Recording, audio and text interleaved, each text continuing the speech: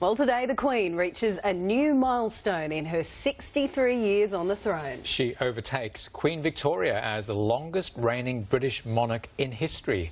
Our Europe correspondent Brett Mason joins us now from Edinburgh. So Brett, how are the British marking this auspicious day? Well, Anton, we understand the Queen didn't want to make a fuss. It will be strictly business as usual. It was February 1952 when Princess Elizabeth learned her father had died. Her coronation, just over 1 year later, was the first to be broadcast and was watched by millions around the world. I here present unto you Queen Elizabeth, your undoubted Queen. June 1953. A young queen is crowned. I declare before you all that my whole life, whether it be long or short, shall be devoted to your service and to the service of our great imperial family. Prime ministers, presidents, popes and pop stars have all come and gone. But for 63 years, 7 months and 2 days, one icon endures above all others. The monarchy is more popular now than ever. I don't think people really realise, and they won't really realise until she's gone, what a big part that she actually played in world history. Because she's always been there. She's the one consistent figure. My Lords and members of the House of Commons. Opening 61 British parliaments, Queen Elizabeth II is the world's oldest reigning monarch, the longest reigning female sovereign, and the most well-travelled monarch in history. Visiting 116 countries on 265 official visits. Not bad for someone who doesn't own a passport. She's been quite revolutionary in her own way. She was the first monarch to do walkabouts. She's modernised the monarchy in her own way. We just think she's very traditional because we haven't known anything else. I think Australia, possibly, if she wasn't around, wouldn't have a monarchy now. For the many highs, there have been some catastrophic blows. It has turned out to be an annus horribilis. None more so than the death of Princess Diana. She was an exceptional and gifted human being. After 23,226 days on the throne, the woman who was never expected to rule surpasses a record set by her great-great-grandmother, Queen Victoria.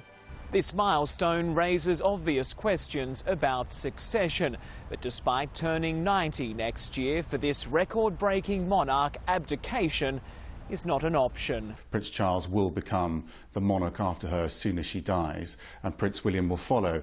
Her Majesty has, though, lightened her workload following a minor health scare 2 years ago. With 4 children, 8 grandchildren and 5 great-grandchildren, there has been a subtle yet deliberate changing of the guard. As we see the Queen take part in fewer and fewer royal engagements, it becomes even more important to try and capture these iconic, hopefully iconic pictures. The Queen was the first British monarch to visit Australia, and she enjoyed herself so much she came back 15 times. David Flint was 16 years old when Queen Elizabeth II paid her first visit to Australia.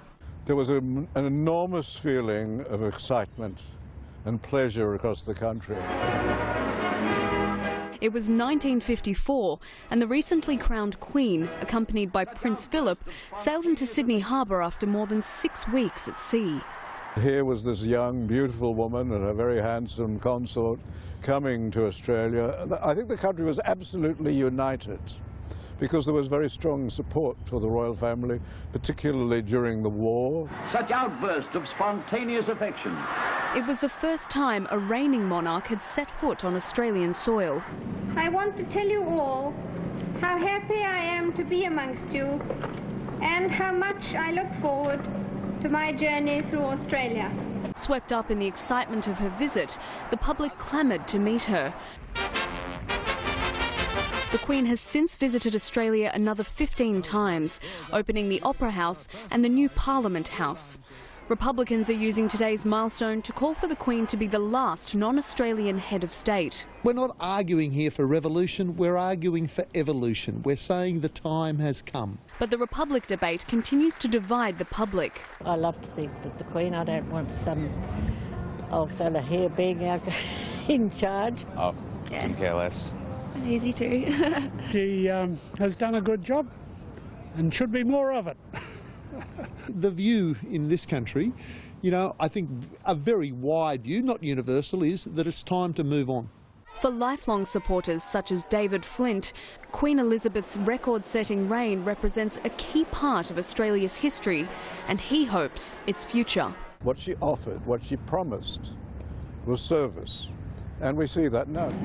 I am proud indeed to be at the head of a nation that has achieved so much. Naomi Salvaratnam, SBS World News. Her Majesty is due here in Edinburgh in about half an hour's time. She will travel by steam locomotive to the village of Tweedbank, where she will deliver a very rare public speech. So it will be interesting to see how she acknowledges this milestone. Anton and Janice. Thank you so much. That's Europe correspondent Brett Mason updating us live on the Queen's historic reign from Edinburgh.